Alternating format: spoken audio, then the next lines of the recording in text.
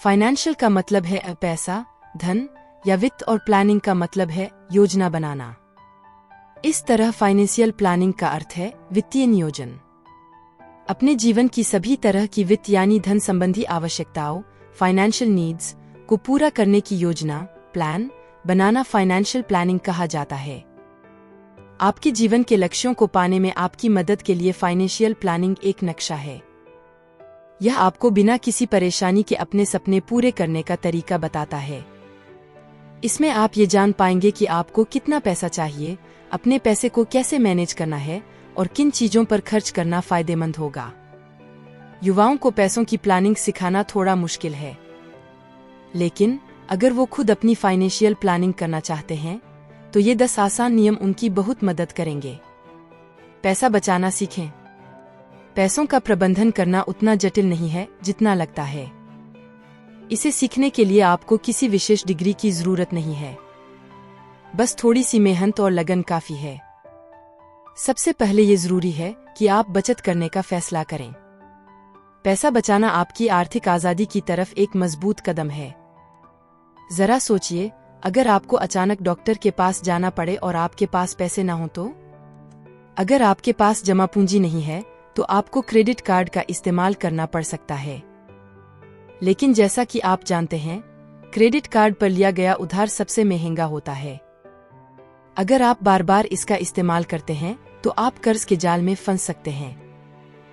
आपके मन में गाड़ी खरीदने से लेकर लेटेस्ट स्मार्टफोन लेने या भविष्य के लिए पैसा जमा करने जैसे कई लक्ष्य हो सकते हैं। इन सब चीजों के लिए पैसा जरूरी है, और ये पैसा तभी आएगा जब आपके पास बचत होगी। पैसा बचाने से आप कर्ज के जाल में फंसने से बचते हैं। इतना ही नहीं, अगर आप नियमित रूप से बचत करते हैं तो आप अमीर भी बन सकते हैं। इस तरह आप अपने लक्ष्य को भी समय पर हासिल कर सकते हैं। अब सवाल ये उठता है कि बचत कैसे करें और कितना बचाएं। जैसे ही आपको तनख्वाह मिलती है, उसे अलग अलग हिस्सों में बांट लें। ये हिस्से खर्च, किस्तों, EMIs, निवेश, इन्वेस्टमेंट्स और बचत के लिए हो सकते हैं। कोशिश करें कि हर महीने अपनी कमाई का कम से कम 10% हिस्सा आप बचत के लिए निकाल दें। इसे आप गुल्लक में ना रखें। गुल्लक में रखा पैसा तो बढ़ता नहीं है। बैंक में बचत खाते में भी आपको ज्यादा ब्याज नहीं मिलता। इसके बजाय आप इस रकम को लिक्विड फंड में निवेश कर सकते हैं। लिक्विड फंड एक तरह का म्यूचुअल फंड होता है जो आपका पैसा फिक्स्ड डिपॉजिट, कमर्शियल पेपर और सर्टिफिकेट ऑफ डिपॉजिट जैसी चीजों में लगाता है। इससे आपको करीब 4% का सालाना रिटर्न मिल सकता है। हर महीने थोड़ा थोड़ा करके लंबे समय के लिए निवेश करें और देखें कि ये जादू आपके लिए क्या कर सकता है। 2. Regulate your expenses wisely. आपके पास तनख्वाह आते ही खत्म हो जाती है और महीने के अंत से पहले ही पैसों की कमी हो जाती है, तो हो सकता है आप अपनी आमदनी से ज्यादा खर्च कर रहे हैं। शायद बहुत सारे बिना सोचे समझे खर्चे हो रहे हैं। ये जरूरी चीजों के लिए पैसे ना छोड़ने की वजह बन सकते हैं, लेकिन इससे निकलने का रास्ता है। अपना बजट बनाने की कोशिश करें। बजट के बिना आप अपने कैश फ्लो को नियंत्रित नहीं कर पाएंगे। बजट बस इतना दिखाता है कि आपके पास कितना पैसा आ रहा है और उन पैसों को कैसे खर्च किया जाता है। सबसे पहले अपने खर्चों को तय और बदलते हुए जरूरी और गैर जरूरी चीजों की जरूरत और शौक, टाला जा सकता है और नहीं टाला जा सकता है जैसी श्रेणियों में बांटें। इस तरह आप अपने सामने खर्चों की पूरी सूची बना लेंगे। जितना ज्यादा आप चीजों को अस्पष्ट से स्पष्ट करेंगे, उतना ही उन पर आपकी पकड़ मजबूत होगी। आप जरूरतों का एक क्रम बना सकते हैं और फैसला कर सकते हैं कि किसे पहले पूरा करना है। यह सब प्राथमिकता देने के बारे में है। आपको यह मानना होगा कि आपके पास सीमित संसाधन हैं और असीमित इच्छाएं हैं, लेकिन आपको अपने संसाधनों का प्रबंधन करना होगा। जितनी जल्दी आप इस तथ्य को स्वीकार करेंगे, उतना ही बेहतर आप टाले जा सकने वाले खर्चों पर अपने आवेग को नियंत्रित कर सकते हैं। जरूरी खर्चों को पूरा करने के बाद आप मनोरंजन और मौजमस्ती के लिए कुछ पैसा आवंटित कर सकते हैं। ज्यादा खर्च करने से बचने के लिए आप डिपार्टमेंटल स्टोर जाने से पहले किराने का सामान की एक लिस्ट बना सकते हैं। आप सप्ताह में एक दिन बिना खर्च वाला दिन भी रख सकते हैं।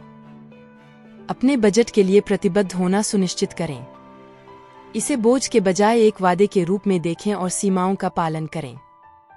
3. Maintain a personal balance sheet. अपनी आर्थिक स्थिति को समझने के लिए व्यक्तिगत बैलेंस शीट बहुत जरूरी है। यह एक ऐसा टूल है जो आपके पैसों का सही इस्तेमाल करने में आपकी मदद करता है। इसे बनाने के लिए बस इतना करना है कि आप अपनी सभी चीजों को 2 लिस्ट में लिख लें। पहली लिस्ट में वो सब चीजें लिखें जो आपके पास हैं, जैसे बैंक का बैलेंस, शेयर या म्यूचुअल फंड में इन्वेस्टमेंट, घर की कीमत और गाड़ी की कीमत आदि। इन सब चीजों की कीमत को जोड़ लें, यही आपकी कुल संपत्ति एसेट्स है। दूसरी लिस्ट में वो सारे कर्ज लिखें जो आप पर हैं, जैसे car loan, home loan, credit card का बकाया और बाकी किसी भी लोन का बकाया। इन सब को जोड़ लें, यही वो रकम है जो आप उधार पर लेते हैं, लायबिलिटीज। अब अच्छी स्थिति यह है कि आपकी संपत्ति का मूल्य आपके कर्ज से ज्यादा हो। पर अगर अभी ऐसा नहीं है तो घबराएं नहीं। जैसे जैसे आप कर्ज चुकाते जाएंगे, वैसे वैसे आपकी कुल संपत्ति बढ़ती जाएगी। सबसे अहम बात यह है कि आप किन चीजों में पैसा लगा रहे हैं। कोशिश करें ऐसी चीजों में पैसा लगाएं जिनकी कीमत बढ़ती रहे और जिनका रखरखाव कम खर्चीला हो। असल में फायदा उसी चीज से होता है जिसे आप इस्तेमाल करते हैं। बेकार की चीजें खरीद कर आप सिर्फ अपना पैसा फंसा रहे हैं। इसलिए समझदारी इसी में है कि आप सिर्फ उन्हीं चीजों को रखें जिनकी आपको जरूरत है और बाकी चीजों को बेच दें। 4. Dealing with surplus cash judiciously.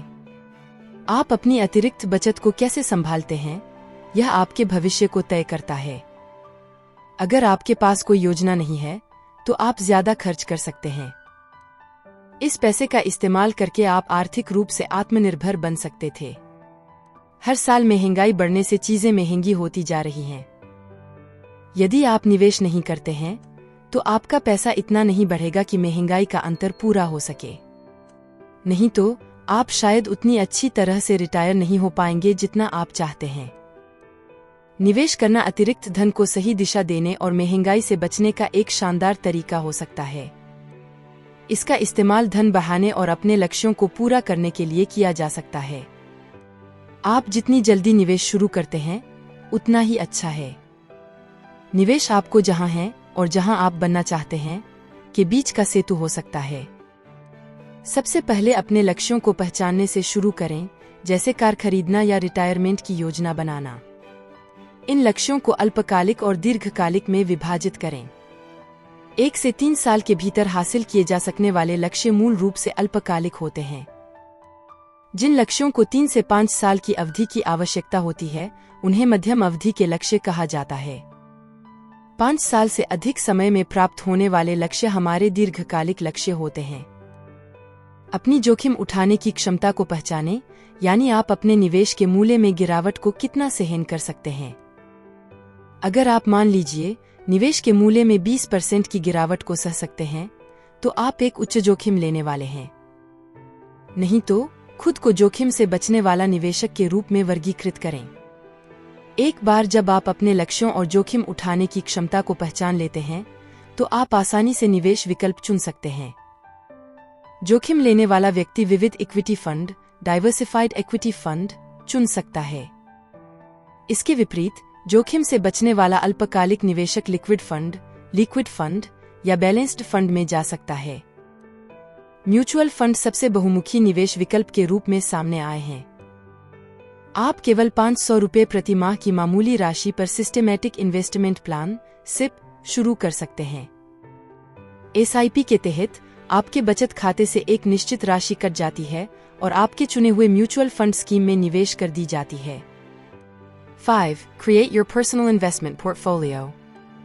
बधाई हो, आपने अपना पहला निवेश पोर्टफोलियो बना लिया है। यह धन इकट्ठा करने की दिशा में आपका पहला कदम है। पोर्टफोलियो बनाने का मतलब है अपने पैसे को अलग अलग चीजों में लगाना, जैसे शेयर, बॉन्ड और बचत। इसे एसेट एलोकेशन कहते हैं। हालांकि शेयर सबसे अच्छा रिटर्न देते हैं और महंगाई को भी कम करते हैं, लेकिन सारे पैसे सिर्फ शेयरों में लगाना ठीक नहीं है। आपको अपने लक्ष्यों के हिसाब से इन सभी चीजों में कितना पैसा लगाना है, यह फैसला करना होगा। जितने लंबे समय के लिए आप निवेश करते हैं, उतना ही ज्यादा पैसा आप जमा कर पाएंगे। कोशिश करें कि आप कम से कम 10 से 15 साल के लिए निवेश करें। पोर्टफोलियो बनाने के बाद बाजार के उतार चढ़ाव के कारण जोखिम को संतुलित रखने के लिए आपको इसे समय समय पर रिबैलेंस करना होगा। आप इसे हर 6 महीने या 1 साल में एक बार कर सकते हैं। 6. Planning for retirement. रिटायरमेंट की प्लानिंग आसान भाषा में। हर किसी के लिए रिटायरमेंट की प्लानिंग जरूरी है। आजकल की भागदौड़ वाली जिंदगी में बीमारियां जैसे डायबिटीज, ब्लड प्रेशर और दिल का दौरा पड़ने का खतरा ज्यादा रहता है। हर साल इलाज का खर्च भी बढ़ता जा रहा है। अगर सरकारी मदद न मिले तो ऐसे खर्चों के लिए खुद के पैसे होने जरूरी हैं।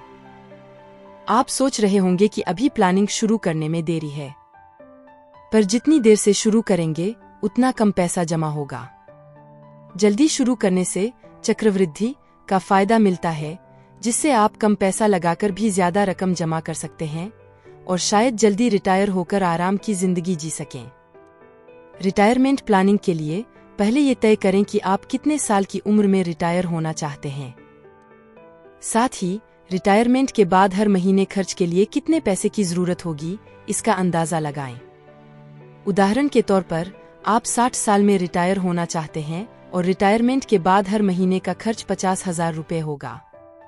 अगर सालाना रिटर्न 12% मिलता है तो आपको हर महीने 2,900 रुपये जमा करने होंगे। ये 30 साल तक करना होगा ताकि 1 रुपया करोड़ का फंड जमा हो सके। अपनी रिटायरमेंट जमा राशि का हिसाब लगाने के लिए आप हमारी रिटायरमेंट कैलकुलेटर का इस्तेमाल कर सकते हैं। 7. Manage your debt wisely. अगर आप अपना कर्ज समझदारी से नहीं संभालते हैं तो आपकी आधी तनख्वाह उसमें ही चली जाएगी। पुराने कर्ज चुकाने के लिए और उधार लेना पड़ सकता है। अगर ये काबू में ना रहे तो आप कर्ज के जाल में फंस सकते हैं।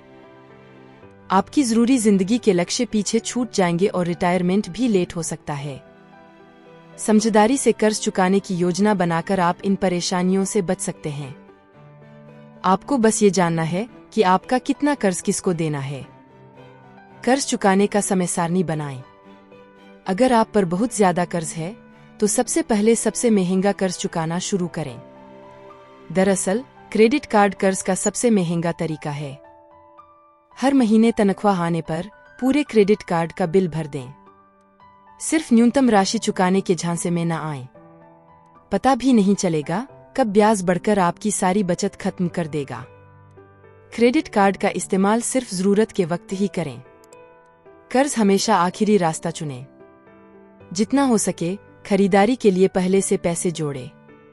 अगर आपने कोई बड़ा लोन ले रखा है तो उसे कम ब्याज वाली दूसरी बैंक में ट्रांसफर करने के बारे में सोचें। इससे आप ब्याज के रूप में जाने वाले पैसों की बचत कर सकते हैं।